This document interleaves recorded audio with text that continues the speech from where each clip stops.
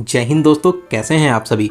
दोस्तों आज के इस खास और इन्फॉर्मेटिव वीडियो में मैं आपको उज्जैन के राजा श्री महाकाल मंदिर में स्थापित महाकालेश्वर ज्योतिर्लिंग के दर्शन और यात्रा की संपूर्ण जानकारी देने वाला हूं।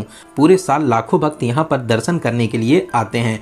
अगर आप भी भगवान शिव के इस अलौकिक ज्योतिर्लिंग के दर्शन करने की प्लानिंग बना रहे हैं तो ये वीडियो आपकी बहुत हेल्प करेगा। इस वीडियो में हम लोग बात करेंगे आप यहाँ तक कैसे पहुँचेंगे, यहाँ पर पहुँचने के बाद में आपको होटल या धर्मशाला कहाँ पर लेना चाहिए, मंदिर में दर्शन करने का सही तरीका क्या रहता है, यहाँ पर आप कौन कौन से प्रमुख मंदिरों में दर्शन जरूर करें, यहाँ पर खाने पीने की कैसी फैसिलिटीज़ हैं और वीडियो के लास्ट में बात करेंगे कितने बजट में आप इस पावन यात्रा को पूरा कर सकते हैं। तो दोस्तों इस वीडियो के माध्यम से आपको महाकालेश्वर ज्योतिर्लिंग के दर्शन और यात्रा की A to Z complete information share करूंगा। तो एक बार इस वीडियो को पूरा जरूर देखें जिससे आपको संपूर्ण जानकारी मिल सके। तो चलिए आज मेरे साथ घूमिए श्री महाकाल जी की नगरी उज्जैन में। दोस्तों कमेंट बॉक्स में जय श्री महाकाल और हर हर महादेव जरूर लिखें। भगवान शिव के 12 ज्योतिर्लिंगों में से एक महाकालेश्वर ज्योतिर्लिंग मध्य प्रदेश के उज्जैन में शिप्रा नदी के किनारे स्थापित है। इस ज्योतिर्लिंग को सबसे शक्तिशाली ज्योतिर्लिंग माना जाता है। तो चलिए सबसे पहले बात करते हैं कि आप उज्जैन कैसे पहुंचेंगे। उज्जैन तक आप बस, ट्रेन, फ्लाइट, प्राइवेट कार हर तरीके से आ सकते हैं। सबसे पहले बात करते हैं ट्रेन की। अगर आप बाई ट्रेन आना चाहते हैं तो आपको सभी प्रमुख स्टेशनों से उज्जैन तक डायरेक्ट ट्रेन मिल जाएगी। ट्रेन का सफ़र सबसे अच्छा और सस्ता रहता है। उज्जैन रेलवे स्टेशन से महाकालेश्वर मंदिर की दूरी मात्र 2 किलोमीटर रह जाती है। रेलवे स्टेशन के बाहर से ही आपको ऑटो और ई रिक्शा मिल जाते हैं। मात्र 20 रुपये पर पर्सन का किराया देकर आप आराम से मंदिर तक पहुंच सकते हैं। वहीं आप अगर ई रिक्शा रिजर्व करना चाहते हैं तो मात्र 50 से 60 रुपये देकर आप आराम से मंदिर के पास तक पहुंच जाएंगे। वहीं दोस्तों बात करते हैं बस की। अगर आप अपने शहर से बस के माध्यम से यहां तक आना चाहते हैं तो रेलवे स्टेशन से कुछ ही दूरी पर बस स्टैंड बना हुआ है। अगर आपके शहर से डायरेक्ट बस यहां तक आती है तो आप आराम से बस के माध्यम से भी यहां तक आ सकते हैं। वहीं आप अगर फ्लाइट के माध्यम से आना चाहते हैं तो उज्जैन का नज़दीकी एयरपोर्ट इंदौर में है। इंदौर से उज्जैन की दूरी मात्र 55 किलोमीटर रह जाती है। इंदौर तक आप आराम से फ्लाइट के माध्यम से आ सकते हैं, फिर आप बस या टैक्सी के माध्यम से उज्जैन तक पहुंच सकते हैं।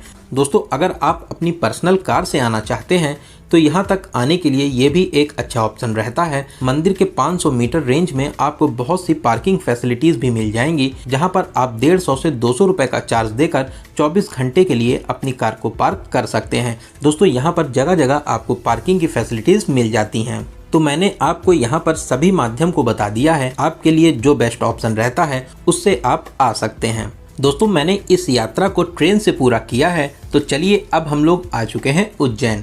उज्जैन रेलवे स्टेशन के बाहर से ई रिक्शा लेकर अब हम लोग पहुंचेंगे महाकाल थाने के पीछे वाले रोड पर, जिसे सीढ़ियों वाला रास्ता भी बोलते हैं। यहां से कुछ सीढ़ियां चढ़ने के बाद में मात्र 100 मीटर की दूरी पर महाकाल मंदिर स्थित है। दोस्तों रुकने और खाने पीने के लिए ये लोकेशन बेस्ट ऑप्शन रहता है।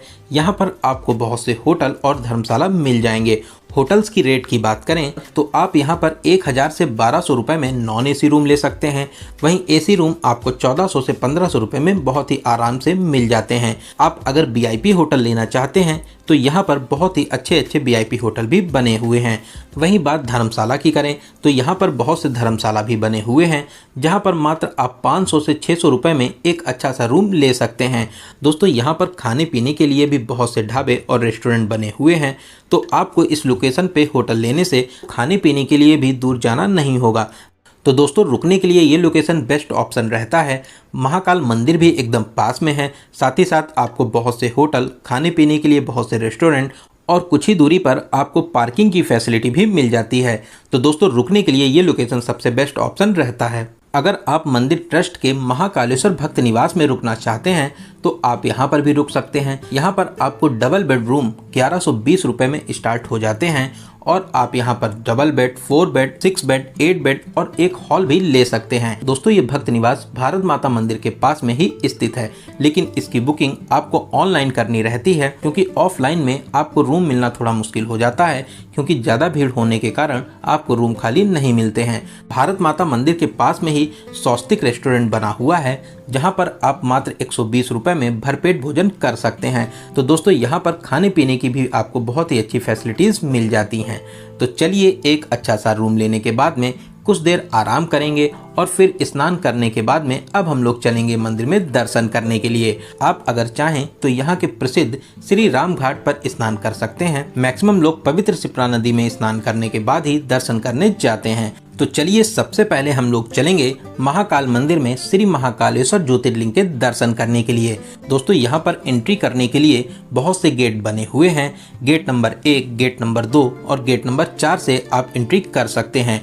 यहाँ पर बहुत ही ज़्यादा भीड़ भाड़ होती है। नॉर्मल लाइन में दर्शन करने में आपको लगभग 1 घंटा लग जाता है। वहीं बहुत ज़्यादा भीड़ होने पर आपको 5 से 6 घंटे का समय भी लग सकता है। तो आप अगर जल्दी दर्शन प्राप्त करना चाहते हैं तो गेट नंबर 4 के पास में ही शीघ्र दर्शन का काउंटर बना हुआ है, जो बड़ा गणेश जी मंदिर के पास में स्थित है। शीघ्र दर्शन के लिए 250 रुपए पर पर्सन का चार्ज देकर आप मात्र 10 से 15 मिनट में दर्शन प्राप्त कर सकते हैं। वहीं आप अगर गर्भगृह में जाकर दर्शन करना चाहते हैं तो इसके लिए आपको 750 रुपए पर पर्सन का चार्ज देना रहता है और आप धोती और गमछा पहनकर गर्भगृह में प्रवेश कर सकते हैं। धोती आपको इसी 750 रुपए में मिलती है जो यूज्ड रहती है। बाद में आपको ये धोती वापस करना रहता है।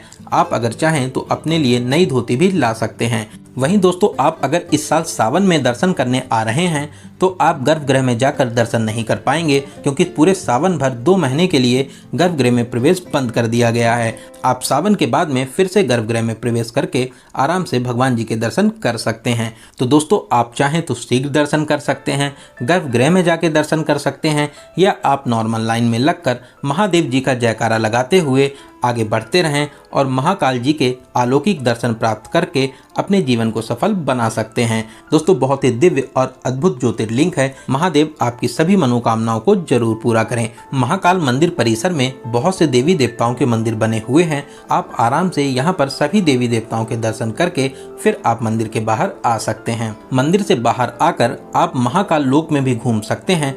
भक्त जनों के लिए बहुत ही सुंदर और विशाल लोक बनाया गया है। महादेव जी की अनेक लीलाओं को मूर्तियों के माध्यम से दिखाया गया है।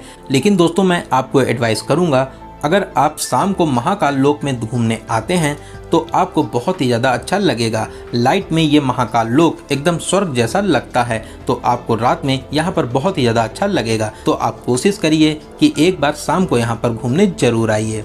महाकाल लोक से ही आपको भारत माता मंदिर दिख जाता है। तो अब हम लोग चलेंगे भारत माता मंदिर में दर्शन करने के लिए।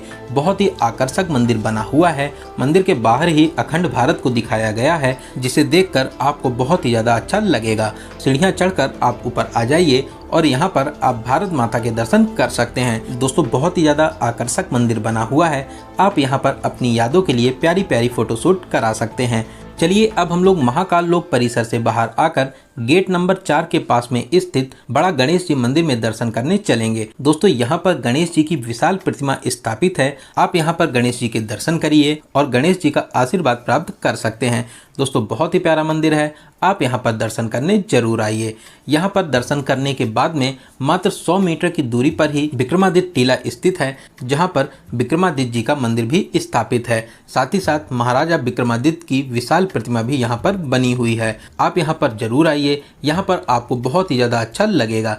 दोस्तों यहाँ पर घूमने और दर्शन करने के बाद में अब हम लोग चलेंगे माता हर सिद्धि मंदिर में दर्शन करने के लिए, जो यहाँ से मात्र 300 मीटर की दूरी पर स्थापित है।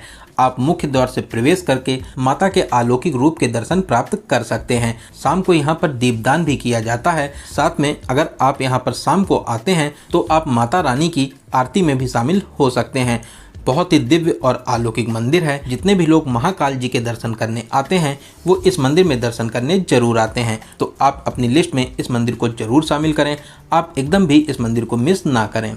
दोस्तों इसी रास्ते पर आगे श्री राम मंदिर धर्मशाला स्थित है। यहीं से श्री राम घाट के लिए रास्ता जाता है। तो चलिए अब हम लोग चलेंगे यहाँ के प्रसिद्ध श्री राम घाट पर शिप्रा नदी के दर्शन करने के लिए। दोस्तों घाट के किनारे बहुत ही प्राचीन मंदिर स्थापित है। आप यहाँ पर बैठकर माँ शिप्रा नदी को बहुत ही आराम से निहार सकते हैं। आपको यहाँ पर बहुत ही शांति मिलेगी। आप शिप्रा नदी के पवित्र जल में स्नान कर सकते हैं और आप यहाँ पर बोटिंग भी कर सकते हैं, जिसके लिए आपको 30 रुपये का चार्ज देना रहता है।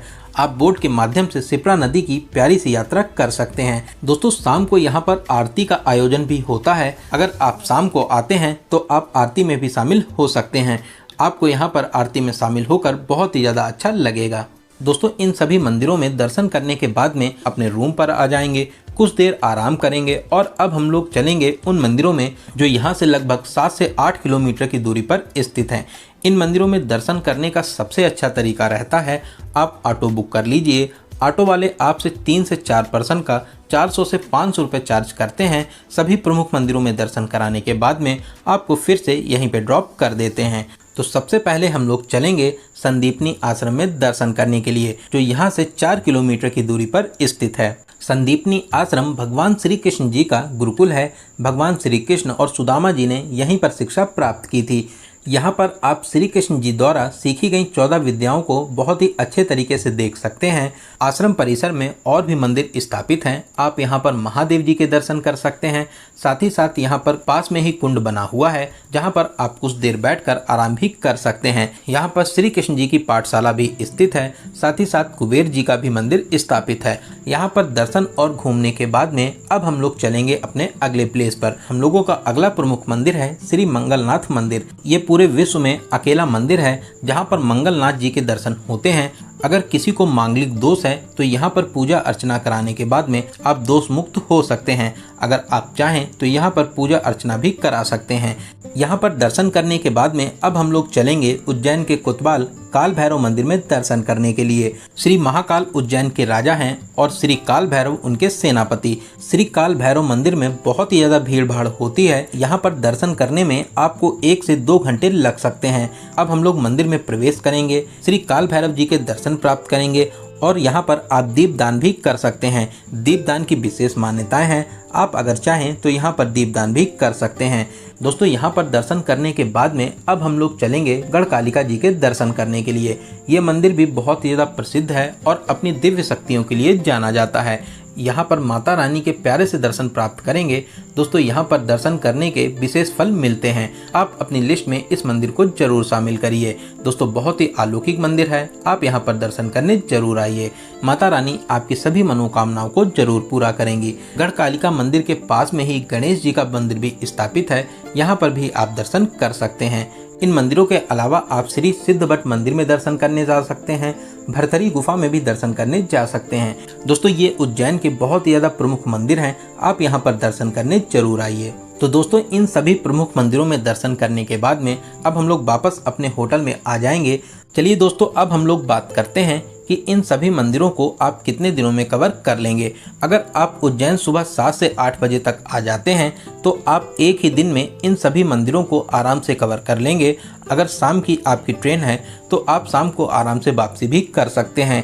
वहीं आप अगर दोपहर में या शाम तक उज्जैन पहुंचते हैं तो शाम को आप सबसे पहले महाकाल जी के दर्शन प्राप्त करिए और फिर महाकाल लोक में घूम सकते हैं। फिर आप बड़ा गणेश जी, हरसिद्धि मंदिर, रामघाट इन सभी जगहों को कवर कर सकते हैं और फिर रात में आप अपने होटल में स्टे करिए और अगले दिन आप जो यहाँ से 7 से 8 किलोमीटर की दूरी पर मंदिर स्थित हैं उन सभी को आराम से कवर कर सकते हैं।